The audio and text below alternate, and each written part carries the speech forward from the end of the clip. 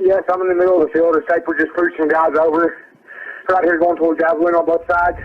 My truck ran out of gas. There's one car here. You got to take it to the woods. Please hurry.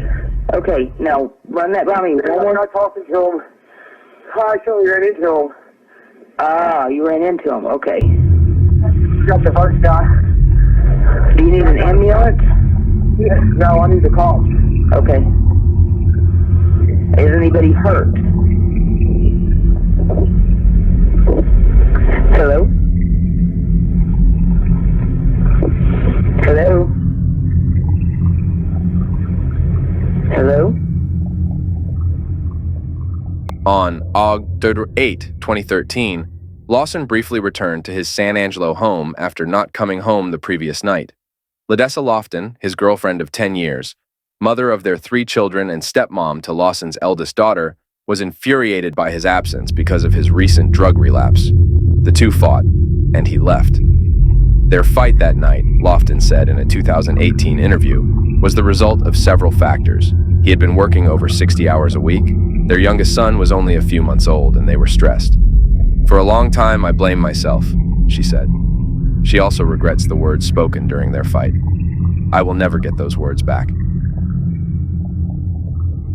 Around 11:30 p.m., August 8, Lawson called his father and mentioned he was heading to his parents' house in Crowley, about 3 hours away from San Angelo. Around 12:30 a.m., Lawson called his brother Kyle, asking for help because he ran out of gas. His last known location was along U.S. Highway 277, north of San Angelo, and right before the West Texas town of Bronte. 3 expletives are chasing me out of town, Brandon told his brother. When Brandon said it was the Mexicans in the neighborhood, Kyle asked if he was tripping, if it was drugs causing him to hallucinate, but Brandon denied it was all in his head.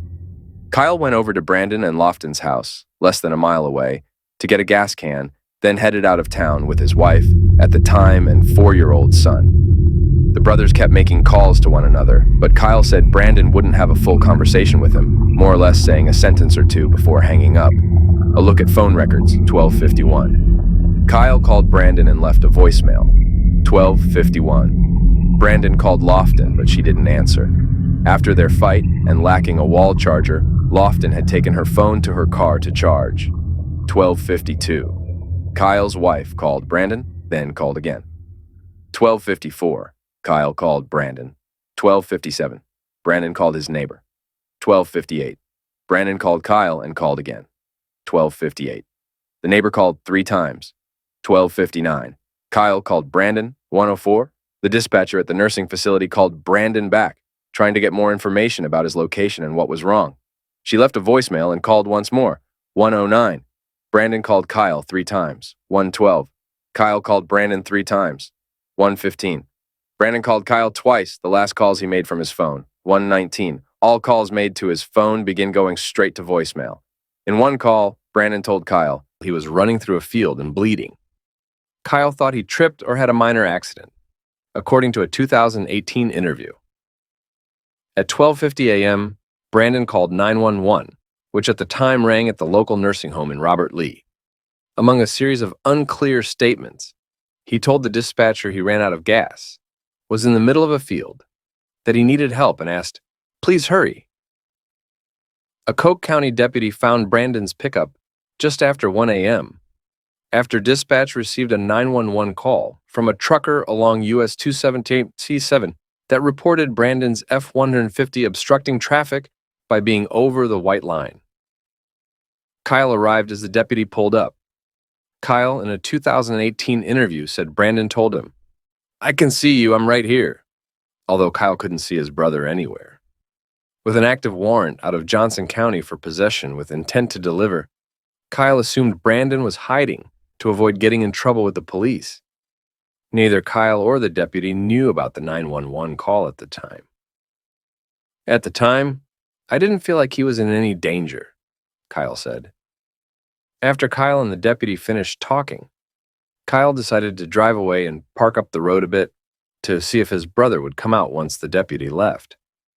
He waited for 30-45 minutes, then left for San Angelo. Kyle returned August 9 at 5 a.m.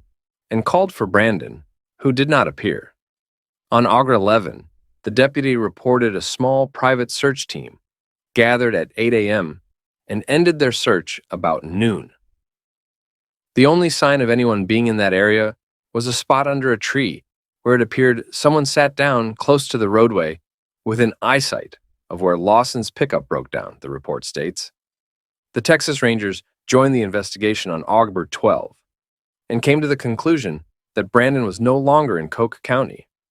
Lofton reported Brandon as missing on Aug. 13.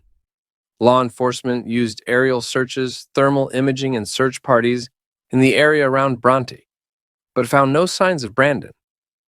As the years went by, 3 theories rose. Brandon disappeared willingly, he was harmed, or succumbed to the elements. Some factors in these theories included that he cashed out his 401k, he had a new job to start the following Monday, and a harsh drought hit the area that year.